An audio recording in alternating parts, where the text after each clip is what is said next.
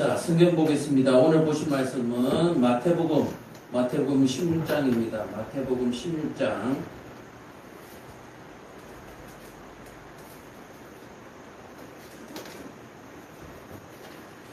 마태복음 16장 21절에서 13절에서 20절까지 26절까지 끝까지 보는데 16장 26절 읽고 강고의 말씀 전하겠습니다. 제가 읽습니다. 사람이 만일 온 천하를 얻고도 제 목숨을 잃으면 무엇이 유익하리요? 사람이 무엇을 주고 제 목숨과 바꾸겠느냐? 아멘. 자, 광고 말씀드리겠습니다. 나라와 민족을 위해서 더 많이 기도해 주시기를 바랍니다. 대충 넘어가려고 하는 이상한 작전을 사용하고 있습니다. 절대로 그냥 넘어갈 수 있도록 그렇게 하면 똑같은 일이 또 발생하고 이 나라는 정말 물속에 잠겨버리는 엄청난 사망의 경험을 하게 될 것입니다. 기도하지 않은 죄가 저와 여러분들에게 우리 모두에게 내릴 줄을 믿습니다. 자, 그리고 7월 9일이 저희 딸 로운이 생일인데 생일 선물로 교회에 드럼을 장만했습니다. 그래서 좀 어수선하고 아직까지 그렇지만 이해를 좀 해주시고 교회 반주자 하나가 생긴다는 기쁨으로 인내하시고 참아주시기를 바랍니다. 그래도 악기 한번 연주하니까 예배로 딱 앉아서 예배를 드리고 예배자 하나 딱 만들어집니다. 예배자 하나 만드는데 한 3, 4년 걸린 것 같죠. 3살에 한글을 뗐으니까 지금 7살이니까 딱 예배자로 세워지는데 4년. 이제 내년에 학교 가면은 진짜 제대로 한몫할 것 같아요. 어쨌든 살은 안 오지만 어쨌든 기도를 좀 제 딸을 위해서 많이 기도해 주시기를 바랍니다. 자, 지난 한 주간에 특별한 일은 없고요. 이제 장마가 시작됐는데 나가버렸어? 어디서 잘못했거든? 아니, 아까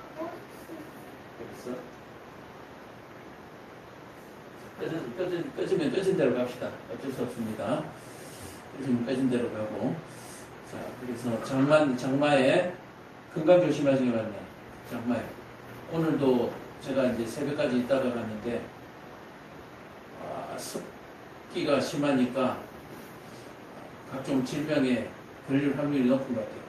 피부질환도 마찬가지고, 감기도 마찬가지고. 일단 건강 조심. 음식 조심. 그렇죠. 장마철에는 음식 조심.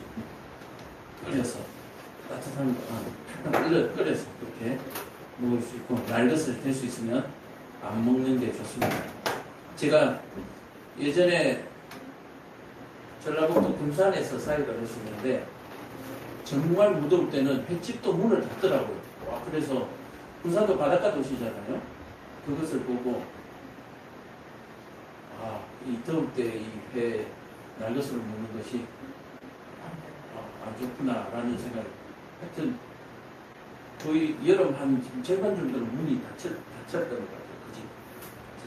그렇습니다. 여름에 사실은 회 많이 먹잖아요. 그죠? 장사를 하려면 문을 열어야 되는데 그런 일이 있었습니다. 어쨌든 건강 조심하시고. 자, 우리가 해동상은 기업 예배를 드리고 있고 지생병원 예배를 드리고 있습니다. 함께 동참하지 못할지라도 위에서 여러분들 기도를 많이 해주시고 예배에 참여하는 모두가 은혜 받고 또 그 예배를 받으시는 하나님께서 예배를 기뻐 받으실 수 있도록 그렇게 기도해 주시기를 바랍니다. 그리고 예배하는데 부흥이 있어야 되겠죠. 예배자들이 불어나야 되고 믿는 자들이 불어나서 많은 사람들이, 예배자들이 부흥할 수 있도록 그렇게 기도해 주시기를 바랍니다. 또 이번 기업 예배 때는 또 서장인 이사님이죠. 함께 예배 드리는 분인데 헌금을 해주셔가지고 너무 감사하고, 어쨌든 기업 예배를 위해서 헌금을 한 거니까 예배를 위해서 사용될 수 있도록 그렇게 하겠습니다. 드린 예물을 위해서 기도하고 말씀 전합니다. 사랑이 많으시고 은혜가 많으신 아버지 하나님 참 감사합니다. 저희에게 믿음 주신 것도 감사한데, 예배하는데 빈손 들지 않냐고 또 하나님 앞에 예물 들고 나오게 하시니 참으로 감사합니다. 이 땅에 참으로 다 썩어도 모자란데 하나님 앞에 드릴 수 있는 믿음 주시고, 또 그 마음에 넉넉함을 주셔서, 또한 그 마음에 감사의 은혜를 주셔서 너무너무 감사합니다. 하나님 드릴 때마다 그 마음이 기쁘게 하시고, 드린 이후에 하나님 더 많이 풍성하게 하나님께서 그 모든 것들을 채워주셔서 드리고 난 이후에 더 은혜가 되게 하시고 더 풍족해지는 경험들을, 체험들을 할 수 있도록 주님 도와주옵소서. 또한 물질로 말미암아 하고자 하는 일이 가로막히지 아니하도록, 또 물질로 말미암아 또 부끄러움 당하지 아니하도록 하나님께서 늘 지켜주시고 보호하여 주시옵소서. 주신 예물을 하나님 이 교회를 잘 지켜나갈 수 있는 귀한 물질이 되어질 수 있도록 주님 도와주옵시며, 하나님의 은혜가 이 교회에 늘 풍성하게 채워지는 은혜가 주셔서 참으로 이 교회가 하고자 하는 일이 막히지 아니하도록, 또 이 교회가 참으로 재정이 부족해서 문을 닫는 일이 없도록 주님께서 도와주시옵소서. 예수님 이름 받들어 기도합니다. 아멘. 자, 말씀 전합니다. 오늘 드릴 말씀은 구원의 체감과 그에 따른 삶입니다. 구원의 체감과 그에 따른 삶. 이 체감이라고 하는 것은 구원이라는 것에 대해서 내가 체감하느냐, 느끼느냐, 구원받았다는 사실이 내가 내 삶에 어떤 영향을 미치고 있는가, 내 생각에 어떤 영향을 미치고 있는가, 내 말씨에, 내 생활에 어떤 영향을 미치고 있는가, 이것이 구원에 대한 체감이죠. 그리고 그에 따른 삶이라고 하는 것은 뭐냐면은 구원받았기 때문에 그 책임감 또는 그 은혜와 감사로 내가 절제하고 또 인내하는 그런 것들을 얘기합니다. 자, 그렇다면 오늘 말씀을 통해서 우리 삶과 오늘 예수님의 제자들의 삶과 한번 비교해 보면서 실제로 우리가 삶 속에서 참으로 체감으로 느끼면서 또 그렇게 구원받은 자로서의 합당한 그런 삶을 살아낼 수 있는 능력을 이 시간 받을 수 있기를 바랍니다. 자, 16장 13절 보겠습니다. 예수께서 빌립보 가이사라 지방에 이르러 제자들에게 물어 이르시되 사람들이 인자를 누구라 하느냐. 자, 그동안 예수님께서 제자들과 계속해서 함께 다니면서 뭡니까? 병자들을 고치시고 또 여러 가지 기적들을 보이셨잖아요. 근데 이제 와서 갑자기 제자들에게 묻습니다. 사람들이 인자를 누구라고 하느냐. 이 인자는 예수님 자신을 얘기하죠. 나를 누구라고 얘기하느냐 라고 얘기하는 거예요. 자, 그랬더니 이르되 더러는 세례 요한, 더러는 엘리야, 어떤 이는 예레미야나 선지자 중에 하나라 하나이다 라고 얘기를 하는 거예요. 자, 여기서 세례 요한이라고 하는 것은 뭐냐면은 세례 요한은 예수님에게 요단강에서 세례를 줬던 선지자죠. 자, 그런데 이 세례 요한이 로마의 미움을 받아가지고 죽었어요. 사형을 당했습니다. 자, 그래서 사람들은 이 세례 요한이 부활할 것이다 라는 생각을 하고 있는 거예요. 근데 예수님께서 하시는 모습을 보니까 세례 요한 같다는 얘기죠. 그래서 세례 요한이 부활한 것 같은, 그래서 사람들이 세례 요한에 대한 신뢰와 또 믿음이 굉장히 컸던 것을 볼 수가 있습니다. 그래서 예수님이 하는 기적들과 여러 가지를 볼 때 세례 요한이 부활한 것, 성스러운 세례 요한으로 다시 부활해서 그렇게 다시 온 것 같다라고 얘기하고, 또는 유명한 구약 시대에 있었던 엘리야 선지자와 같기도 하고 예레미야와 같은 선지자와 같다라고 얘기하는 거예요. 그래서 예수님을 아직까지는 메시아, 다시 말해서 구원자라고 생각하는 사람은 없고 뭔가 신령한 은혜로운 그런 복음을 전하는 사람으로서 하나님의 말씀을 전하는 자라고 말하는 사람들이 있더이다 라고 얘기합니다. 그렇게 얘기했더니 자, 사람들이 그렇게 얘기하면 너희는 뭐라고 얘기하느냐 라고 물으시니까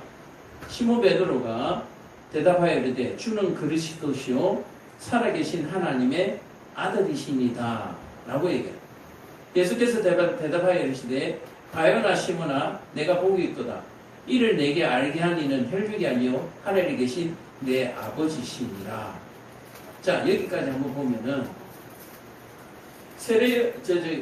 시몬이 예수님들은 하나님의 아들이다 라고 정확하게 고백을 하는 거죠. 메시아다, 하나님께서 보내신 사람, 하나님의 보내신 아들이다라고 정확하게 고백을 합니다. 자, 이것은 예수님께서 자신이 하나님이 보냈다라고 계속해서 얘기했지만 바리새인들과 서기관들은 믿지 않았고요. 또 예수님을 따라다니던 군중들 중에서는 여전히 믿지 않는 사람도 있지만 그 중에 좀 훌륭한 선생님 정도 이런 평가를 받고 있던 참에 베드로는 정확하게 하나님의 아들이라고 고백합니다. 그런데 이 하나님의 아들이라고 고백한 이 베드로에게 복이 있다라고 얘기하면서 뭐라고 얘기하느냐? 그것을 알게 한 것이 네가 스스로 깨달은 것이 아니라 하나님께서 주셨다라고 얘기해요. 그래서 하나님을 믿는다라고 얘기하는 것은 뭐냐면 곧 하나님이 내게 복을 주셨다라고 얘기를 하는 거예요. 그리고 하나님이 복을 주셨다라고 얘기하는 것은 결국 뭐냐면 하나님이 살아계신다라고 얘기하는 거죠. 자, 그래서 우리가 하나님을 믿는 것이 내가 믿고 싶어서 믿는 게 아니에요. 그것을 여러분들이 아셔야 돼요. 그것이 오늘 구원에 대한 체감과 같은 것입니다. 오늘도 이렇게 함께 나와서 예배를 드리고 있는데요. 이 예배 드리러 나온 것이 내가 나온 게 아니라니까요. 여러분들 이걸 체험하셔야 되고 이걸 믿으셔야 돼요. 내가 나오고 싶어서 나온 것도 아니고 또 내가 피곤함을 억지로 이겨내고 내 인내로서 나온 것도 아니라는 얘기예요. 하나님께서 이리로 푸시해서 믿으셨다라고 하는 사실을 여러분들이 체감하시기 바랍니다. 믿으시기를 간절히 축복합니다. 이게 지금 베드로가 예수님을 하나님의 아들이라고 고백하는 것과 똑같은 거예요. 오늘 내가 이 자리에 내가 나온 것이 아니라 하나님이 나를 부르시고 하나님을 나를 이리로 인도하셨다라고 하는 그 믿음, 그 고백이 오늘 저와 여러분들이 있기를 간절히 축복합니다. 저를 이 자리에 세운 것도 제가 얘기 쓴 것이 아니라 하나님이 저를 이렇게 그냥 우리 좀 신비적으로 얘기합시다. 하나님이 그냥 나를 들어서 여기에 이렇게 세우시는 거예요. 그리고 하나님이 내 입술을 열어서 하나님이 지금 하고자 하는 말씀을 전하게 하시고 또 제가 10년 가까이 신학을 공부한 것도 내가 공부한 것이 아니라 하나님이 하게 해주시는 거예요. 자, 그렇다면 오늘 이 일을 통해서 저와 여러분들이 알아야 하는 것은 지난 한 주간 동안 열심히 뭔가를 하셨잖아요. 그 뭔가를 하신 그 모든 일들이 하나님께서 하게 하신 일인 줄을 믿으시길 간절히 축복합니다. 자, 그래서 지난 한 주간에 하나님이 하라 하신 대로 살았는데 우리가 예배하기 전에 회개 기도하죠. 왜 기도합니까? 하나님이 뭔가를 하라고 계속해서 내게 요구를 하셨는데 그것을 하지 아니하고 내 마음대로 살았던 것. 그러니까 이 회개조차도 하나님의 은혜가 없이는 할 수가 없다라고 얘기합니다. 이해가 되세요? 그러면 우리가 밤낮 주야로 우리가 예수님이 다시 오실 때까지 기도할 수 있는 기도의 제목이 뭐냐면은 하나님 내게 은혜를 주시옵소서. 은혜를 주시옵소서. 돈 주시옵소서. 직장을 주시옵소서. 또는 아내를 주시옵소서. 남편을 주시옵소서. 직장을 주시옵소서. 건강을 주시옵소서. 이게 기도의 제목이 아니고 이거는 차선의 기도 제목이고 제일 첫 번째 기도 제목은 하나님 은혜를 주시옵소서. 하나님 은혜를 주시옵소서. 바로 이 하나님이 은혜를 주시옵소서라고 얘기하는 게 오늘 17절에 바요나 시몬아 네가 복이 있도다라고, 이 은혜를 받은 것을 복이 있다라고 얘기합니다. 자, 그러면 이 복 속에는 뭐가 들어있다고요? 특별 축복과 일반 축복이 있는데, 특별 축복이라고 하는 것은 영생의 구원입니다. 우리가 죄사함 받아서 거룩한 백성으로서 하나의 백성이 되고 구원받는 것이 특별 축복이고, 일반 축복은 우리의 일반적인 먹고 사는 삶입니다. 우리에게서 호흡하고 움직이고 또 사람들과 만나고 하는 이 모든 것들이 일반 축복에 들어가는 거예요. 자, 그래서 하나님께서 은혜 주셨다, 다시 말해서 복 주셨다라고 얘기하면은 바로 이 특별 축복과 일반 축복을 저와 여러분들에게 주셨다라고 얘기하는 거예요. 그러므로 복을 받은 사람은 무엇을 먹을까, 무엇을 입을까 염려하지 않는 거예요. 이해가 되세요?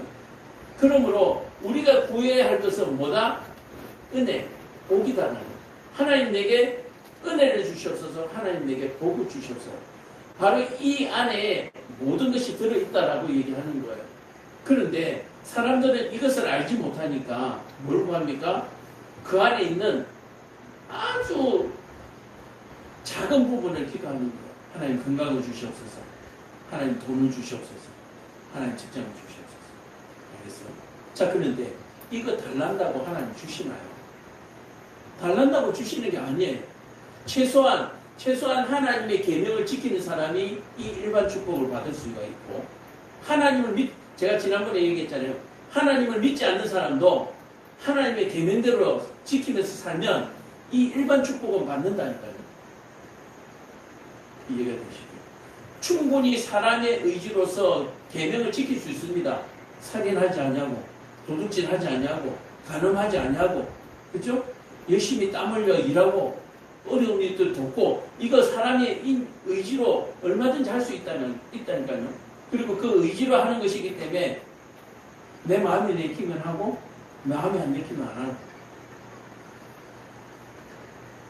그래서 사람들은 이 일반 축복에 만족해서 하나님의 은혜, 다시 말해서 복을 받지 못하고 이 생을 마감하는, 다시 말해서 심판에서 지옥에 가는 그런 불쌍한 일을 당하게 되는 거예요.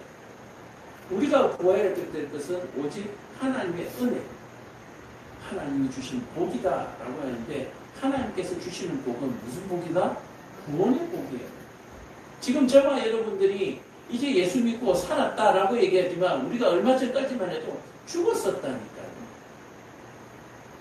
그 사실을 우리가 깨닫고 믿어야 하는데, 이 깨닫고 믿어지는 것이 은혜다라고 얘기해요. 자, 그래서 오늘 이 베드로가 주는 그리스도시요 하나님의 아들입니다 라고 얘기를 하면, 이 믿음, 이 복이 저와 여러분들에게도 있어야 되는 거예요. 자, 그래서 저와 여러분들이 예수님이 하나님의 아들이고 그리스도라고 믿는다면 우리에게 어떤 변화가 생깁니까? 어떤 변화가 생겨요? 우리가 하나님의 계명과 율법을 지킴과 동시에 뭐요? 이 땅의 것을 뭐하지 않는다? 욕심내고 추구하지 않는다라고 얘기합니다.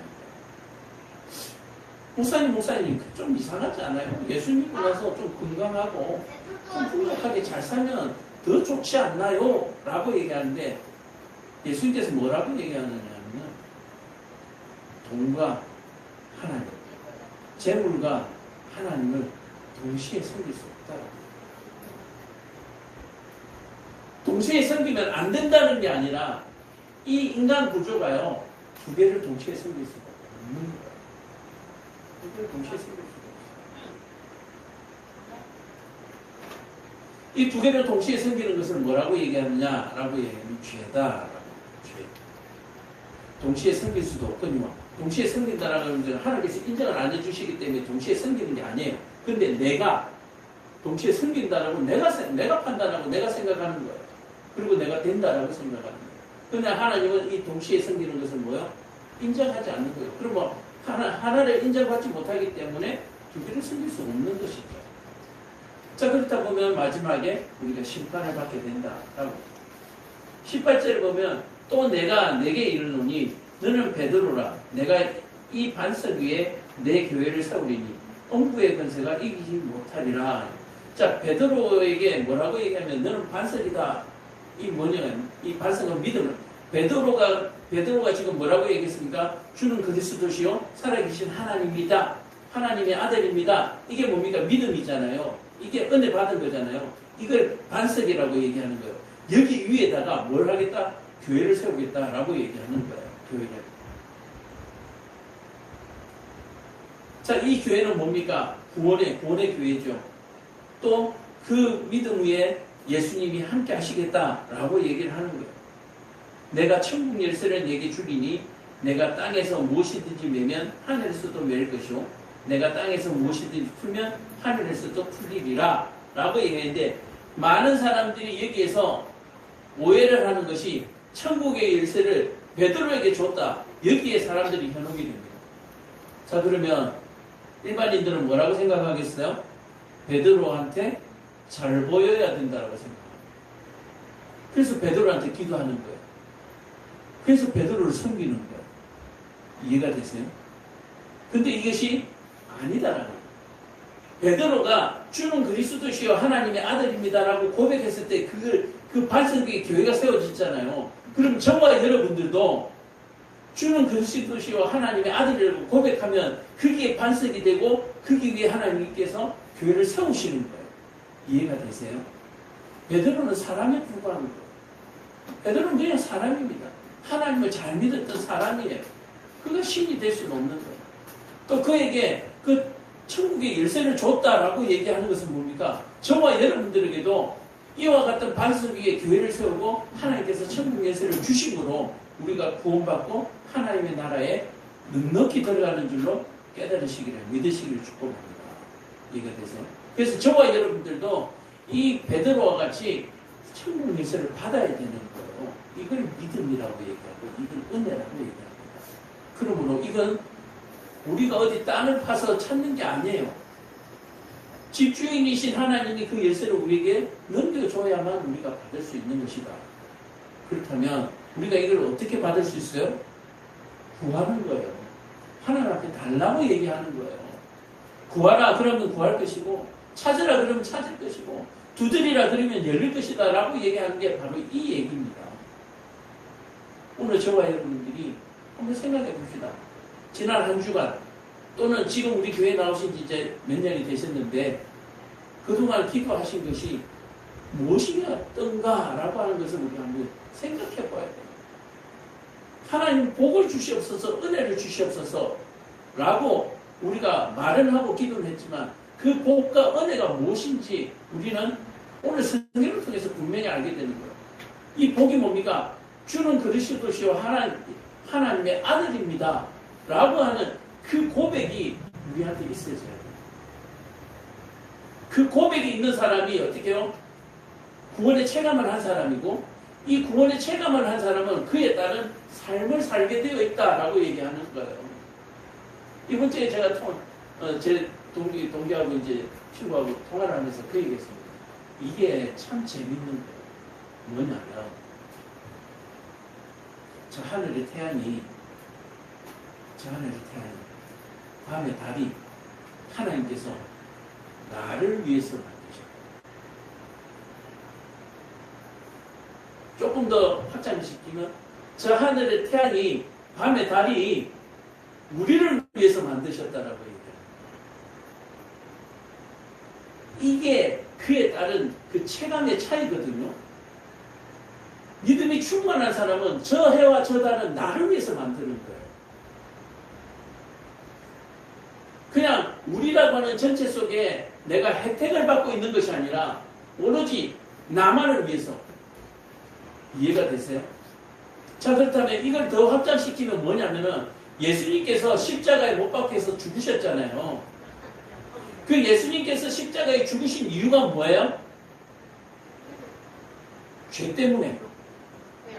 우리의 죄를 대신해서 죽으셨잖아요. 그래서 우리의 죄를 대신해서 죽으셨다라고 하는 이것에서 우리는 더 확장해서 뭐요? 내 죄 때문에 죽으신 거예요. 우리는 여전히 아직까지 어느 수준에 머물러 있냐면은 거기까지도 못 오신 분들이 많지만 우리 죄 때문에 죽었다고 생각합니다. 우리 죄를 위하여 죽으셨고 그 죽으심으로 말미암아 우리가 구원받았다라고 얘기하는 거예요. 그러나 좀 더 가까이 잡아당기면 내가 하나님의 아들이잖아요. 내가 하나님의 딸이고 자녀잖아요. 나 때문에 죽으셨다니까. 이 믿음이, 이 고백이 저와 여러분들에게 있기를 가져 축복합니다. 자, 그렇다면 하나님의 아들이신 예수님이 나 때문에 죽었는데, 그래서 내가 겨우 살았는데, 내가 지금 살고 있는데, 내가 이 모양 이 꼴로 살았어야 되겠냐라고 하는 것이 그에 따른 삶이라고 하는 겁니다. 이해가 되세요? 예수님이 하나님의 아들이 나 때문에 죽었는데 내가 이러면 안 되지. 이런 생각이, 이런 고민이, 이런 경각심이 우리의 삶 속에 날마다 매 순간, 매 사건마다 있어야 된다라고 얘기합니다. 이해가 되세요? 예수님이 우리 때문에 죽었는데 많은 사람 죽는 가운데 내가 하나 그 곁다리를 끼었다라고 생각하면 아무 의미가 없어요. 힘도 안 나. 근데 그분이 오로지 나 때문에 죽었다. 그래서 우리 친구가 이런 표현을 했어요. 아무도 아니고 전 인류도 아니고 전 사람들은 아니고 예수님께서 구원할 사람이 한 사람만 있었다라고 얘기했을 때 과연 예수님이 죽었을까라고 얘기해요. 그러니까 이 세상에 전부 다 타락하고 전부 다 구원받지 못했는데 만약에 나만 있다. 나만 남아있다. 그렇다면 과연 십자가에 죽으셨을까? 이 생각을 우리가 해야 되는 거예요. 결론은 뭐예요? 나 하나만이라도 분명히 십자가에 죽으셨을 거다라고 얘기해요. 나 하나 때문이라도 십자가에 죽으신다는 거예요. 구원을 위해서. 이해가 되세요? 자, 그래서 우리가 믿음이라고 하는 것에 대해서 우리가 좀 더 우리에게 적극적으로 이렇게 받아들일 수 있기를 축복합니다. 나 때문에 죽으신 거예요. 누군가 나 때문에 죽은 거예요. 우리 이런 거 한번 생각해 봅시다. 어떤 사람이 죽어가면서 장기 이식을 했어요. 그렇죠? 뭐 그런 거 많잖아요. 어떤 사람 자기의 눈을 앞으로 못 보는 사람에게 기증하고 죽어갔다고 생각해 봅시다. 그 눈을 기증받은 사람은 어떻게 살아야 될까요? 정말 감사하고 또 자기도 그렇게 다른 사람에게 뭐 눈을 빼줄 수는 없지만 그렇게 도우면서 그죠? 정말 제2의 인생을 살아야 되겠다고 그렇게 표현들을 하잖아요. 근데 그렇게 살아났는데 엉망진창으로 산다. 사람 아니죠, 그죠? 마찬가지. 예수님께서 나 때문에 죽으셨어요. 우리 때문에 죽은 것이 아니라 오로지 거기에 나 혼자 있었더라도 예수님은 그걸 택했을 거예요. 그럼 나 때문에 죽은 거예요. 그렇게 살았는데 내가 지금 어떻게 살고 있느냐라고 얘기하는 거예요. 무엇을 위해서 살고 있느냐라고 얘기하는 거예요.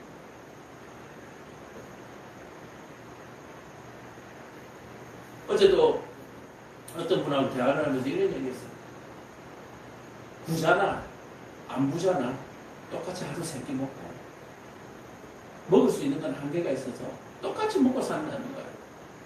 그렇죠? 더 벌고 덜 벌고는 아무 문제가 안 되는 거예요. 그거 오로지 그냥 내 욕심이에요. 더 벌고 덜 벌고 싶은 것은 그냥 내 욕심이야. 저 지금 하루에 한 끼 먹는데요. 가끔 간식도 좀 먹지만 공식적으로는 저 하루에 한 끼 먹어요. 하루에 한 끼 먹어도 살아요. 그런데 세 끼 먹어야 되겠다고 남의 입에 들어가는 걸 뺏어서 먹고 그렇게 자기의 새끼를 챙기고 하는 그런 삶이 과연 아름다운 삶이냐라고 얘기하는 거예요. 그런 삶이 아니에요. 우리가 먹고 마시기 위해서 시집가고 장가가기 위해서 살아간다면 그것은 구원받은 사람의 삶이 아니라고 얘기하는 거예요. 제가 우리 딸의 이름을 이로운이라고, 이로운 사람이 되라고, 많은 사람들에게 이로운 일을 하라고 이름을 지은 이유가 뭐냐면, 사람이 태어난 이유가 그냥 이 땅에 태어나서 그냥 생육하고 번성하고 먹고 마시는 것, 그게 이 땅에 하나님께서 생명을 보내신 이유가 아니라는 거예요. 이 땅에 하나님이 저와 여러분들을 보내신 줄로 믿으시기를 간절히 축복합니다. 하나님이 예수님을 통해서 예수를 이 땅에 보내서 우리를 구원의 길을 열어놓으신 것처럼 오늘 저와 여러분들도 이 땅에 보내면서 우리를 통해서 구원의 사역을 하기 위해서 우리를 보내셨다라고 얘기하는 거예요. 저와 여러분들을 예수와 같이 사용하려고 우리를 보내는 거예요. 자, 그런데 지금 우리는 어때요? 그냥 내 먹고 살기 바빠서 다른 사람이 죽어가는 것은 신경 쓸 겨를이 없잖아요. 그렇게 사는 게 아니라고 합니다.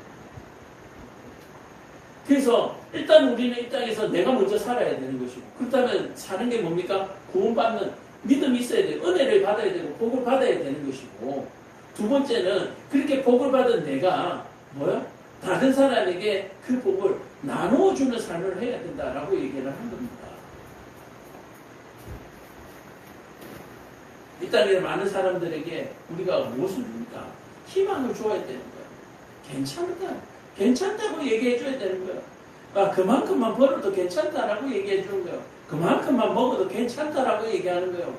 단지 이후에 심판이 있다고 가르쳐 줘야 되는 거예요. 심판이 있다고. 그래서 하나님을 믿고 또 하나님의 가르침대로 살면서 또한 하나님의 가르침대로 살지 못하는, 다시 말해서 죽어있는 영혼들을 살려내는 일을 우리가 주 업무로 삼아야 된다라고 얘기를 하는 것입니다. 지금 우리는 어떻습니까? 겨우 일주일 동안 일하고 겨우 주일날 와가지고 내 목숨 부지하기도 힘든 삶을 살아가고 있지 않나요? 그 삶은 오늘 설교의 제목처럼 구원을 체감하고 또 그 체감한 삶을 살아가는 사람의 모습이 아니다라고 하는 사실을 여러분들 각성하시기를 바랍니다. 지난 한 주간 정말 먹고 사는 일에만, 그냥 내 육체적 쾌락에만, 또는 내게 있는 염려와 근심에 쌓여가지고 정말 해야 될 일을 하지 못했다라고 하는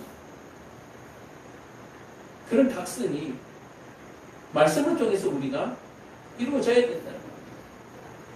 주는 그리스도시요 하나님의 아들입니다. 이렇게 고백한 사람이 그런 하찮은 일에 우리가 시간을 낭비하고 물질을 낭비하면서 살 수는 없는 거예요. 그래서 우리가 한 주간을 살아가면서 내게 받은 은혜와 복을 뭐예요? 나누어주는 삶을 해야 합니다. 그래서 구원받지 못한 사람들에게 구원을 나누어줘야 합니다.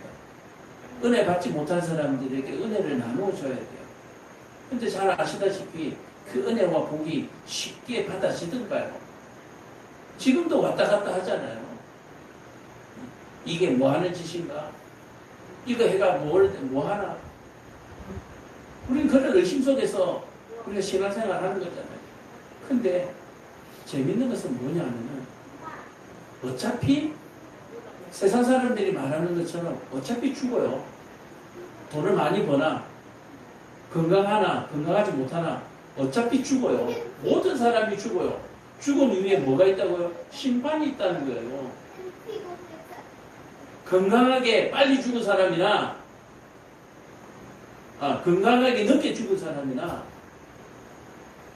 몸이 약해서 빨리 죽은 사람이나 부자나 가난한 자나 많이 배운 자나 못 배운 자나 다 죽는다니까요. 그 죽음 이후에 심판이 있다라고 하는 사실을 여러분들 믿으셔야 돼요. 바로 이 심판이 있다는 걸 믿는 것이 뭡니까? 결국 주는 그리스도시요 하나님, 예수님이 하나님의 아들이라는 걸 믿는, 이 하나님의 아들이라는 걸 믿는 사람은 뭐요? 심판이 있다는 걸 믿는 사람이고, 이 심판을 할 때는 뭐요? 학력도 필요 없고 재산도 필요 없고 건강도 필요 없어요. 오로지 네 안에 믿음이 있느냐, 은혜가 있느냐, 복이 있느냐를 보는 거예요. 무엇을 위해서 사십니까? 예수를 믿고 나면서부터는 우리가 무엇을 위해서 사는지를 분명히 알고 살아야 됩니다. 내가 못다 이룬 꿈을 위해서 하나님을 믿고 나서 이제 내가 못다 이룬 꿈을 이루게 되겠지. 내 세상에 욕심을 채우기 위해서 예수님을 사용할 수는 없어요.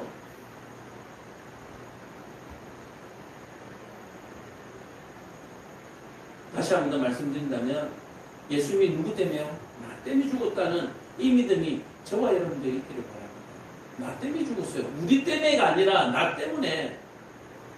나 하나 있어도 나 혼자였더라도 예수님은 십자가에 달리셨을 거라는 거예요. 반드시 분명하게. 그러면 나 때문에 죽은 거예요. 나 때문에.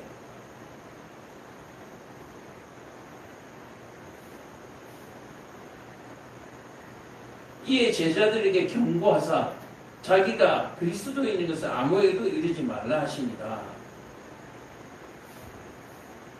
자, 죽음과 부활을 처음으로 얘기하시면서 이때로부터 예수 그리스도께서 자기가 예루살렘에 올라가 장로들과 대제사장들과 서기관들에게 많은 고난을 받고 죽임을 당하고 제3일에 살아나야 할 것을 제자들에게 비로소 나타내시니 베드로가 예수를 붙들고 항변하여 이르시되 주여 그리하지 마옵소서. 그리 마옵소서.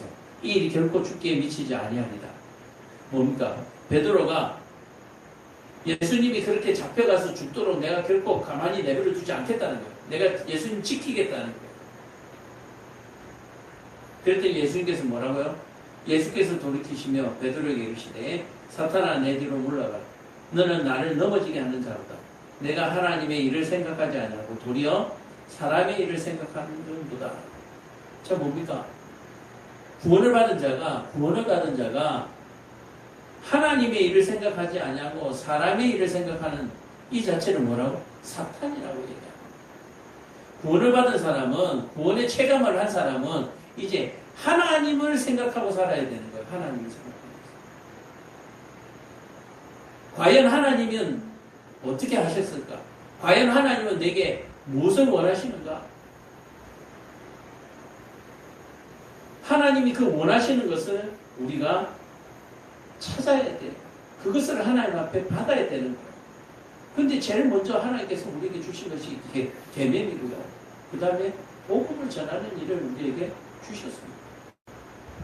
하나님을 예배하고 복음을 전하고 그 이상 우리에게 요구하신 것이 없다라고 하는 사실을 깨달으시길 바랍니다. 우리에게 부자가 되라, 성공해라, 이름을 날려라, 그런 부탁을 예수님께서 우리에게 하지 않으셨어요. 내가 곧 올 테니까 나를 맞을 준비를 하는 거예요.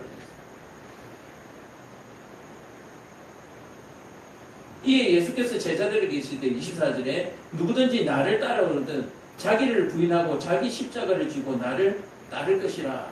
자, 여기에서요. 예수님께서 십자가에 죽으실 것이라고 얘기하면서 자기 십자가를 지고 따르라 라고 얘기하는 것은 뭡니까? 죽을 각오를 하고 따라오라는 얘기죠. 죽을 각오를 하고. 자, 예수를 믿으면 어떻게 된다고요? 죽는다고요. 예수를 믿으면 어떻게 된다고요? 힘들다고요. 고난이라고요. 너 나 때문에 좀 힘들어. 너 나 때문에 좀 고난을 당해라고 얘기하는데 우리는 뭐예요? 그렇게 하기 싫잖아요. 예수 잘 믿어서 그냥 호의호식하기를 바라잖아요. 그게 뭡니까? 사탄이라요. 육체를 생각하니까 사탄이에요. 하나님의 일을 생각하라는 얘기예요. 하나님의 일을. 자, 그래서 예수님께서 이 말을 하실 때가 어느 때냐? 이 말을 하실 때가. 네가 복이 있다. 이 말을 하실 때는 뭡니까? 베드로의 고백이 있습니다. 저와 여러분들의 진짜 고백이 있습니까? 그러면 복 받으신 줄로 믿으시기를 간절히 축복합니다. 그럼 복 받으면 끝난 거예요. 다른 복은 필요가 없어요. 다른 거 필요 없다고요. 제가 얘기했죠. 두 개를 겸하여 받을 수 없다라고 얘기했잖아요. 그렇다고 찢어지게, 똥구녕이 찢어지게 가난하게 살도록 그렇게 하지도 않으시지만 우리가 먹고 사는 것에 매달려서 아무것도 하지 못하도록 그렇게 하나님께서는 내팽겨치지 않으신다라고 얘기합니다. 자, 그래서 베드로가 고백을 했는데 예수님의 능력의 사용처가 뭐냐? 자, 예수님을 뭐라고 얘기했습니까? 주는 그리스도시요 하나님의 아들이라고 했죠. 어마어마한 능력과 권세를 가지고 있잖아요. 그러면 그 능력의 사용처가 뭡니까? 이 땅에서 그런 능력을 가지고 있으면 어떻습니까? 부자가 되겠죠. 근데 예수님은 그 큰 능력을 가지고 무엇에 사용하셨는가? 잃어버린 양을 찾는. 다시 말해서 그 큰 능력으로 뭘 샀다? 우리의 십자가를 대신 사셨다라고 얘기합니다. 저와 여러분들에게 돈이 있습니다. 그러면 그 돈으로 뭘 사시겠습니까? 뭘 사시겠어요? 명품 가방을 사시겠어요? 좋은 차를 사시겠어요? 우리에게 그런 돈이 주어졌을 때 우리는 뭘 사야 해요? 십자가를 사야 돼요. 그 돈으로 영혼을 구원해야 되는 거예요. 그 돈으로 밥 사주고 차 사주고 교회 데리고 와서 예수 믿도록 하는 거예요. 그 돈으로. 또 만약에 어떤 회사에 내가 어떤 직급이 있고 어떤 좀 직책이 있다.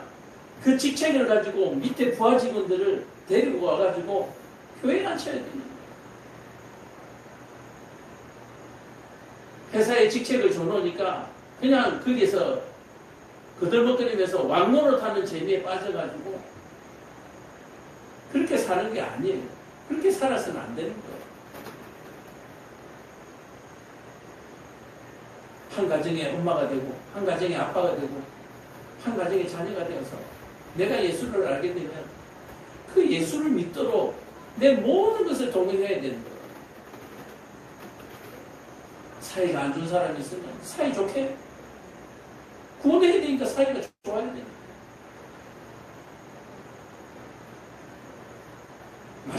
맛있는 거 먹는 거 좋아하는 사람은 맛있는 거 사주는 거예요. 그래가지고 교회 데리고 오는 거예요. 그리고 그 다음에는 계속해서 말씀을 듣고 기도하다 보면 뭐요? 하나님의 은혜를 복을 받는 거예요. 그래서 하나님의 은혜와 복 받으면 거기서 이제 끝나는 거예요. 거기서 내 할 일이 끝나는 거예요. 그래서 교회 목사가 있잖아요. 교회 목사가 성도들에게 은혜와 복을 주고 나서 성도들이 은혜와 복 받고 나면은 목사가 그 다음부터 할 일이 없어요. 목사가 할 일이 없는 거예요. 우리 연차 보세요. 은혜를 받고 나니까 여기 앉아서 오늘 찬양할 때 드럼 반주를 하잖아요. 이런 것들이 아주 사소한 거지만 이런 것들이 중요한 거예요. 자, 보세요. 은혜 받고 나니까 안 불러도 주일되면 예배 나오죠. 은혜 받고 나니까 힘들 때 어떻게 해요? 기도하게 되죠. 기도하면 하나님의 응답 받죠.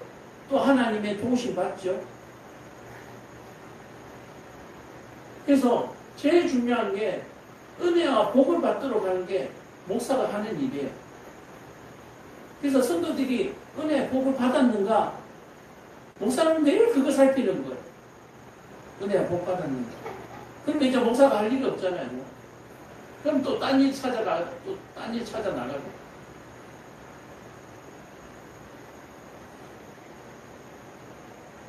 어린아이를 가진 엄마가, 부모가 아이가 어릴 때는 그 아이를 떠날 수가 없습니다. 그렇죠? 근데 그 아이가 성장하고 어느 정도 지 앞가림을 하게 되면 거리가 멀어지면서 각자 자기 일들을 하도록 하잖아요. 교회도 마찬가지입니다. 성도와 목회자와의 관계가 그런 거예요. 은혜 받고 복 받고 나면은 그다음부터는 목사가 할 일이 없어요. 왜요? 은혜 받고 복 받은 대로 뭐 하게 된다? 살기 때문에 그렇습니다. 자기가 체감한 대로 그렇게 살아가는 거예요. 근데 부모 입장에서는, 목사 입장에서는 그 체감을 했다고 하는데 삶이 안 나타나면 답답한 거예요. 이게 받았는지 안 받았는지, 복을 받았는지 안 받았는지, 은혜를 입었는지 안 입었는지, 구원을 받았는지 안 받았는지. 그래서 헷갈리는 거예요. 그래서 거기에다가 점점 설교가 강해져요. 이게 반응이 안 오면 점점 강해지는 거예요. 그 아이를 키우는 엄마가 그렇잖아요. 처음에 로나 한번 불렀는데 대답이 없어요. 또 불렀는데 로나 대답이 없어. 그 다음부터는 소리 지르죠. 그래서 똑같은 거예요. 그래서 은혜를 받고 복을 받은 사람들은 뭘 해야 되느냐? 그것을 계속해서 지켜나가는 일을 해야 합니다. 그 지켜나가는 일이 뭐냐면 성경 열심히 읽고, 그 다음에 기도 열심히 하고, 그 다음에 제일 중요한 게 뭔지 알아요? 냉장고 안에 암만 음식 재료들 많이 갖다 놔도 배 안 불러요. 그걸 꺼내가지고 먹어야 배부르잖아요. 마찬가지로 말씀을 읽고 은혜를 받아서 결국은 뭘 해야 돼요? 복음을 전하고 그 삶 속에서 먹어야 되는 거예요. 먹어야 돼요. 계속 쌓기만 해가지고는 되는 게 아니에요. 그래서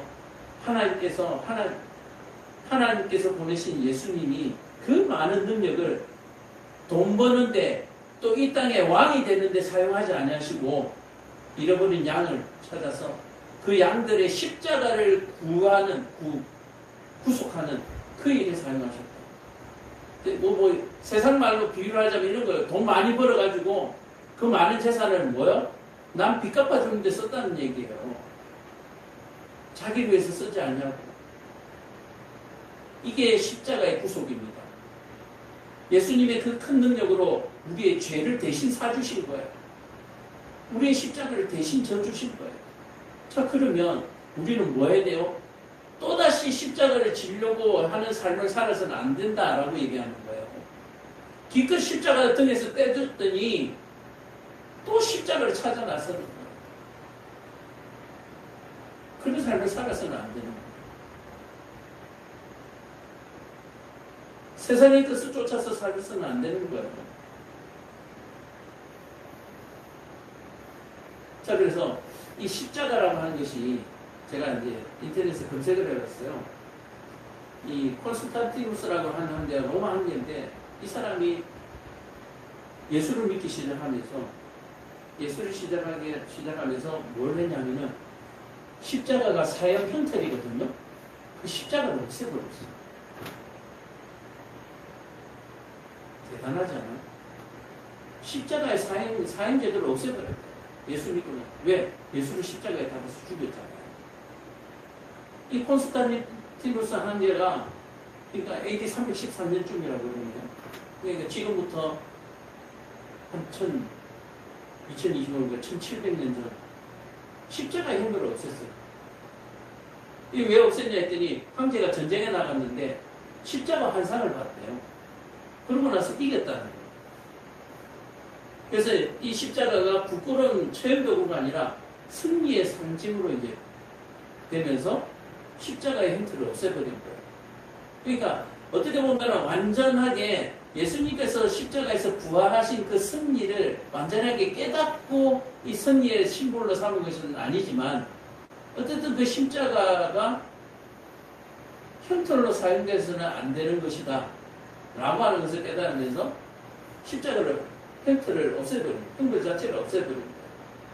자, 그리고 이제 교회 지붕에다가 이렇게 십자가를 세우기 시작한 것은 언제부터냐 했더니 한 787년, 지금부터 한 1300년 전쯤에 이제 십자가를 이렇게 세워가지고 교회에 세우기 시작했다고 하는데 우리는 이 십자가를 바라볼 때마다 뭘 생각해야 돼요?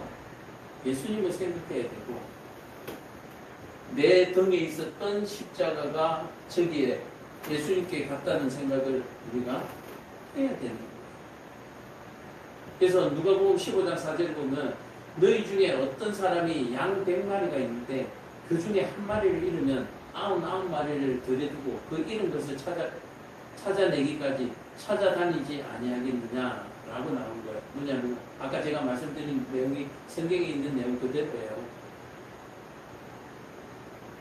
예수님 십자가에 달리실 때 나밖에 없었다 하더라도 예수님 십자가에 달리신다.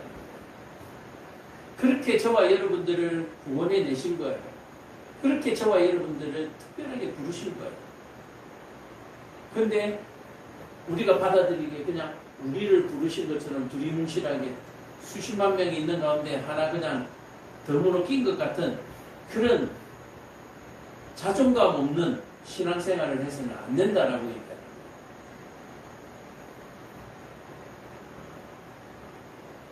오늘 말씀을 통해서 이런 삶을 살게 됩니다.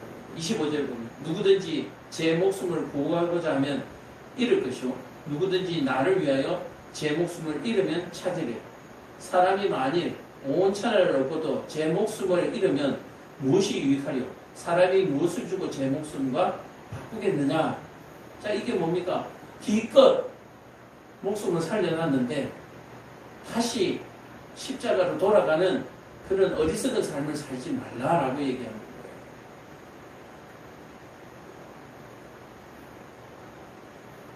인자가 아버지의 영광으로 그 천사들과 함께 오리니 그때 각 사람이 행한 대로 갚으리라.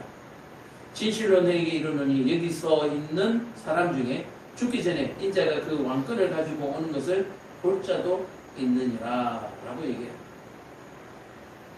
예수님께서 반드시 왕권을 가지고 오시고 그 왕권을 가지고 오셨을 때는 심판주로 오시는데 각 사람이 행한 대로